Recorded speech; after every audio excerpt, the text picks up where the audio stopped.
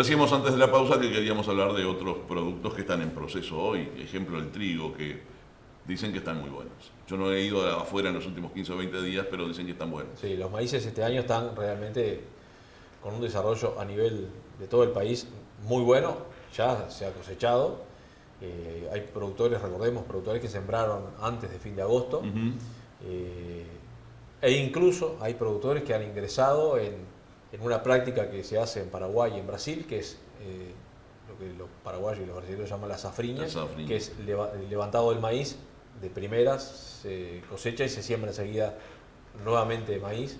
Y bueno, hay algún productor en el norte, concretamente en Artigas, que ha hecho eso y está realmente muy bueno. ¿Sí? Tuvo una excelente cosecha de lo de primera. Es un área importante que se hace bajo riego. Que este año además tuvo que prender poco el riego y eso, desde el punto de vista de los números costos, finales, obviamente, es muy importante. Y bueno, y lo que se sembró, el otro día justo nos mandó unas fotos de cómo se había instalado el maíz que había plantado y estaba ya con un excelente desarrollo encima de todo el mundo de rastrojo que queda del maíz, que es buena cosa dejarlo. Y después en el sur, que los productores maiceros de toda la vida, de Colonia y la zona de Quillú, que históricamente anduvieron muy bien con el maíz, venían de 3 años ligando muy mal con el tema de la lluvia, muy mal. Tal es así que muchos de esos productores no dejaban el cultivo llevar a cosechar y lo picaban. No. Y bueno, ahí tienen la ventaja de estar en zonas de tamberos y transformar o por lo menos reducir en algo las pérdidas, vendiendo a los productores lecheros o ganaderos el maíz picado. Este año están muy buenos los maíces ahí, también en esa zona, e incluso el otro día hablamos con uno de Colonia que nos decía que la primera chacra que había cosechado estaba rindiendo arriba de 8.000 kilos. Buen número, con los valores que se están viendo acá a nivel de nuestro mercado, que hay productores vendiendo en la vuelta de los 195, 190, 200, 225, estos valores 225 puestos sobre Montevideo. Ahí la referencia de lo que viene de Paraguay, creo que hay que seguirla mirando porque no está con la fluidez que se había visto en años pasados, en particular en este año que pasó. O sea, eso permite a los productores, con esos rendimientos y con los costos que fueron un poquito inferiores a los del año pasado, por lo pronto este año no hubo que hacer tratamientos para los ataques de lagarta, que fueron realmente muy fuertes el año pasado, incluso en algunos maíces con eventos contra la lagarta. En fin, el número ese termina siendo un número más que interesante a pesar de bajos precios de los granos, que es lo que se está viendo como en general en los commodities. Un maíz que a nivel local se destina al forraje, a la ración para y hay destinos, son la lechería, que es un gran consumidor, claro. Y aquí Paraguay ha competido y desventajosamente para el productor uruguayo. ¿Y algo para feedlot? Algo de los feedlot, y en particular los que hacen cuota, sí o sí tienen que tener un componente de maíz. No llega, se lo exige con los números, la norma. No se llega si no tenés el maíz como componente.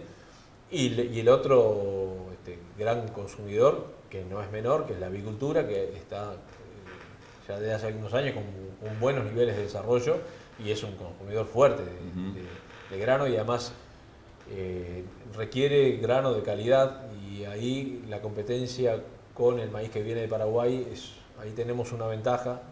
Históricamente esto venía de Argentina. Argentina tiene sus políticas comerciales con las cuales las posibilidades de sacar maíz de Argentina no son, entonces grano quebrado, que si cualquiera que mire los datos de Cámara Mercantil y demás va a aparecer grano quebrado, ese maíz normalmente viene de Argentina, que es la forma de saltar por los ROE que no da el gobierno argentino para sacar maíz, pero que para la avicultura no es una buena cosa porque es más difícil de mantener en buenas condiciones de almacenamiento. ¿Qué lugar viene ocupando el sorgo en el Uruguay en materia de producción de granos? Con destino también a la alimentación. El sorgo yo creo que es una herramienta fundamental acá en Uruguay, porque nos permite hacer el cultivo en zonas donde otros cultivos no funcionan, en particular maíz. Y si uno mira los datos de crecimiento de los rendimientos de maíz históricos que se vienen dando en estos últimos años, seguramente una parte importante de eso está asociado a una mejor elección de las chacras. y otras prácticas agrícolas, pero creo en particular elección de chacras y a ver dónde se puede hacer maíz y dónde no es conveniente hacerlo, creo que es fundamental. Y ahí el sorgo tiene ventaja comparativa porque es un cultivo más rústico, donde prácticamente el problema más serio que tiene es la instalación. Este año alguna gente lo sufrió, si te llueve mucho, tenés pérdidas de semillas, te quedan cultivos más pobres, a veces hay escapes a los herbicidas que se utilizan, entonces te queda muy embalizado y no tenés herramientas de herbicida para utilizar como hay, por ejemplo, maíces que son resistentes al glifosato, no lo hay en sorgo. Pero tiene ventajas comparativas, se pueden hacer en más zonas. Los ganaderos que cuando vino la seca echaron mano al grano húmedo de sorgo, les dio un poco de trabajo agarrarlo, pero que después le agarraron la mano, es una herramienta que es muy buena y que la utilizan no solo para los encierres, sino también para suplementar determinadas categorías y lograr mejoras, y te permite lograr mejoras en el manejo global del establecimiento de la materia seca que se produce. En fin, esa herramienta está muy buena con el sorgo y además Alur, que hace lo suyo, hay una cantidad de productores que están, sobre todo los que tienen la ventaja de estar más cerca de las zonas de residuo de Alur, Alur les no dio... a niveles súper extraordinarios, No, pero asegurando algunas cantidades, algunos volúmenes. De alguna manera pone un valor en el mercado que Alur contrató con los productores. Tenés que utilizar ahí determinados híbridos que son sin taninos, en fin, con una serie de condiciones que exige la industria. Y bueno, y los productores ahí logran buenos resultados y un valor realmente muy bueno. Creo que en la medida que logremos armar un canal comercial con el sorgo, ahí vamos a tener una posibilidad de crecimiento interesantísima, porque además también es un producto que se puede eventualmente utilizar como para fabricar raciones, tanto para la lechería e incluso la avicultura, que durante muchos años no lo utilizó, lo fue ahí, agregando dentro de sus componentes de raciones, ni que hablar la ganadería. Y hay algunas posibilidades que se están trabajando, incluso Argentina ha tenido algún avance con China en ese sentido para tratar de abastecer sorgo al mercado chino, lo cual puede llegar a abrir una posibilidad nueva, porque el gran problema del sorgo es la comercialización. Es decir, normalmente a los productores les pasa que cuando cosechaban el grano de sorgo competís muy mal por los lugares de almacenaje, no tenés dónde meterlo, en general los productores tratan de no quedarse con los granos en los hilos bolsas en los establecimientos, entonces cosechan y salen a vender, y ahí bueno, si hay mucha cosecha, ahí los precios se vienen para abajo y desalientan a quienes hacen la inversión y corren el riesgo de la agricultura. Hasta hace pocos años atrás, la paloma y la cotorra eran problemas graves para el sorgo y para el maíz. ¿Siguen siéndolo? Siguen siendo, sí, y lo son para la soja también, ¿no? El otro día hablando con productores de Cerro Largo, nos decían que ahí además está el componente de las lagunas, el arroz, hay un ambiente ecológico propicio para la soja. Espectacular, si uno quiere ver aves, es un buen lugar ahí para ver. Han tenido muchísimos problemas porque la paloma, cuando la soja empieza a emerger y salen los cotidianos, se los comen. Y han tenido pérdidas, incluso gente que ha tenido que resembrar.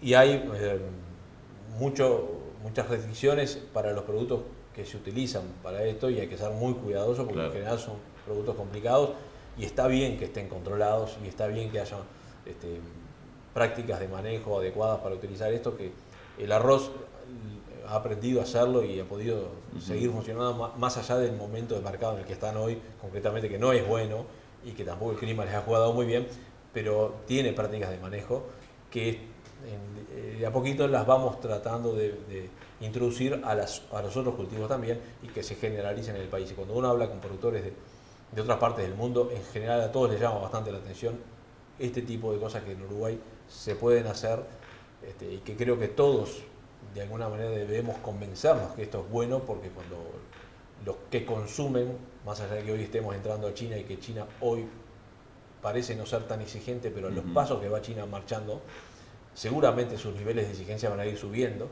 y nosotros tenemos que adecuarnos a eso. Lo vamos haciendo y lo hemos hecho muy bien en la carne, y hoy nos permite llegar a mercados más. Quisiéramos llegar a más, pero hoy nos permite llegar a algunos mercados que antes no podíamos llegar, y tenemos diferencias. En la lechería es notorio que también lo tenemos, y los productos de la industria láctea de Uruguay tienen posibilidad de introducirse en los mercados de alto consumo y de consumo más exigente que antes no tenían, y eso es forma parte de un trabajo que es muy fuerte, tanto de quienes venden como de toda la cadena, ¿verdad? Y un valor agregado que me gustaría hablar en el próximo programa contigo. Ya te estoy invitando para la próxima semana para hablar de ese valor agregado, que es bajar el uso de herbicidas, bajar el uso de pesticidas, bajar el uso de ciertos manejos que en definitiva el consumidor final los va exigiendo, y es un valor agregado que a la larga va a ser elemento fundamental incluso para obtener mejores valores a los productos que se puedan llevar adelante y se puedan producir en esas condiciones. Sí, Así sí. que Y eso la que lo invitación está estamos, planteada. claro, y lo estamos hablando hoy con estos valores que estamos viendo en los Sí, mercados. sí, sí. En general, cuando un productor escucha esto dice, bueno, pero la gente está afuera, porque con estos números de valores a veces se complica, pero creo que es cuando más debemos mover nuestras neuronas para tratar Yo creo que sí. buscar algunas alternativas en donde poder colocar nuestros productos con alguna diferencia. Y son muchos. Los planes de uso de suelos, bajar el uso de agroquímicos, bajar el uso los manejos en general que permitan al consumidor final pensar y decir, este productor, a este productor le voy a pagar más y le voy a comprar porque es responsable en la producción. Nos vemos la próxima semana. Por favor, un gusto, y ya quedamos comprometidos. Con ustedes en instantes nada más, con otras informaciones del agro. Ya volvemos.